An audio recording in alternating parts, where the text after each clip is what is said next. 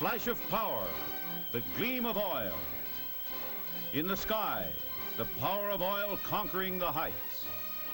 On the sea, the might of petroleum pulsing in great engines of the liners that traverse the deep.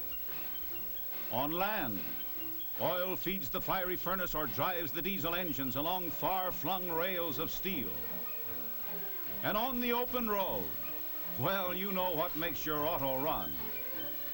For millions of years, this source of power slept peacefully in the dark recesses of the earth until modern magic loosed the liquid energy from its subterranean prison.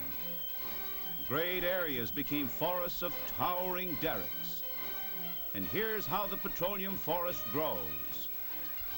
A cellar is dug, and a rotary table to turn the drilling stem and the bit is set in place.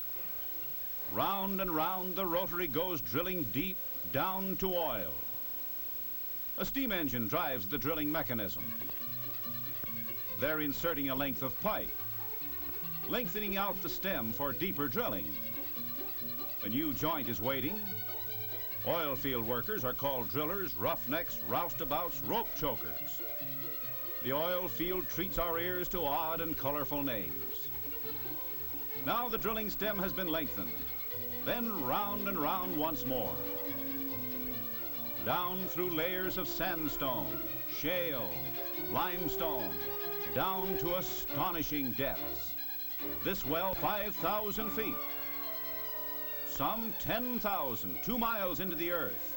And then, after weeks of drilling, fighting against natural obstacles, the drill at last reaches the oil sand, porous rock, which holds the oil much as a sponge holds water.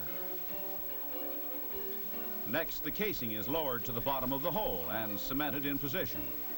Then drilled through the oil sand, and a screen is installed at the base of the casing. The screen extends down into the oil sand. The oil flows through the screen, up through the small pipe tubing to the surface. So they've struck oil, and now the well must be cleaned of the mixture of drill mud and oil. Some wells flow of their own pressure. Others must be pumped, need power.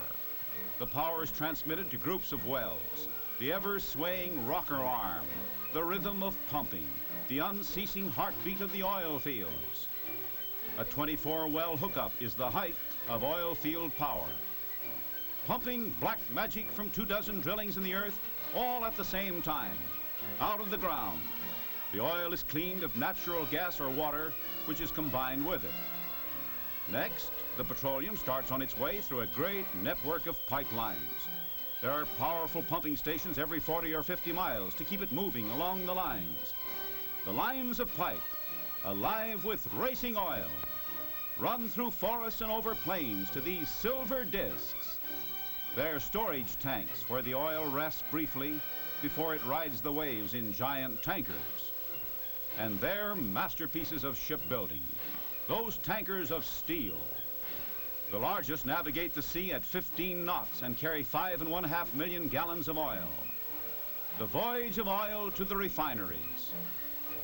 The refinery with its modern structures, technological towers, minarets of science, docks, office buildings, pageant of industry.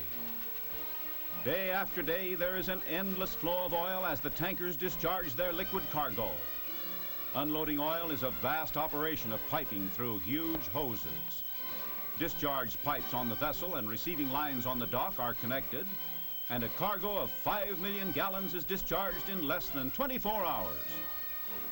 No two cargoes of crude oil are alike, so each boatload must be stored in different tanks, and each batch must be processed individually, with laboratory tests to indicate the precise treatment for each. That is embodied science. Those masses of strangely wrought steel, forests of stacks, glowering and hissing boilers, leaping and winking fireboxes. Intense heat, the flames roar in the furnace, yet the oil flows so fast the heat does not scorch it. And scientists wrest from the crude petroleum its tremendous power in the form of gasoline and other fuel oils. And that's done in these towers called fractionating towers. They divide crude oil into the lighter and heavier parts. Those of different boiling points liquefy at different levels in the towers. Some lighter than gasoline liquefy at the top. Heavier parts liquefy further down.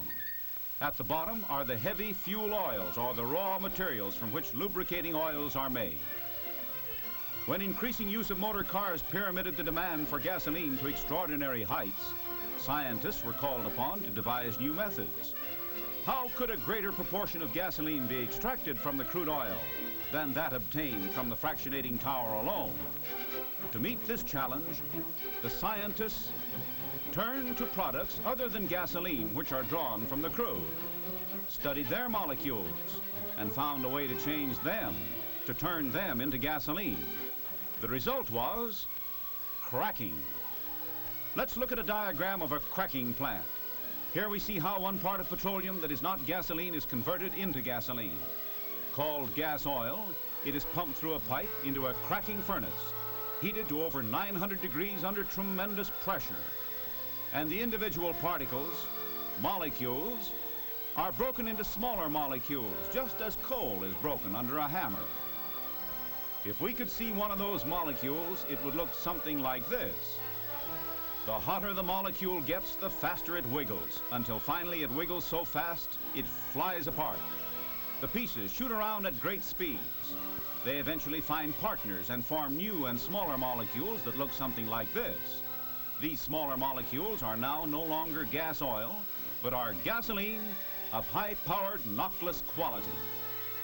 Some of the gas oil molecules do not fly apart and must be separated from the gasoline. This is done in the bubble tower. Here the big molecules, which are not gasoline, are held back and come out at the bottom as a liquid. The gasoline goes up the tower as a vapor, comes out at the top, and is condensed into liquid gasoline. Gasoline that gives more power to you. Experiment is the key to it all, and this is the experimental laboratory. In the making of powerful motor fuel, the control of temperatures is of extreme importance, and it is measured to an accuracy of 1/100th part of 1 degree. Gasoline is broken down into over 200 parts in that elongated tallness of glass, and each individual part is studied. The laboratory with its strange gleaming of new and unpredictable things.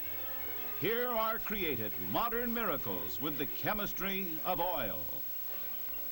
Tank farm, to which the motor fuel goes from the refinery, and then out to the nation, by railroad tank car and by motor barge. Pipelines run their web-like nets under rivers, over mountains, carrying gasoline that goes into millions of gasoline tanks to generate billions of horsepower for the nation. Oil means horsepower in a horsepower-using world.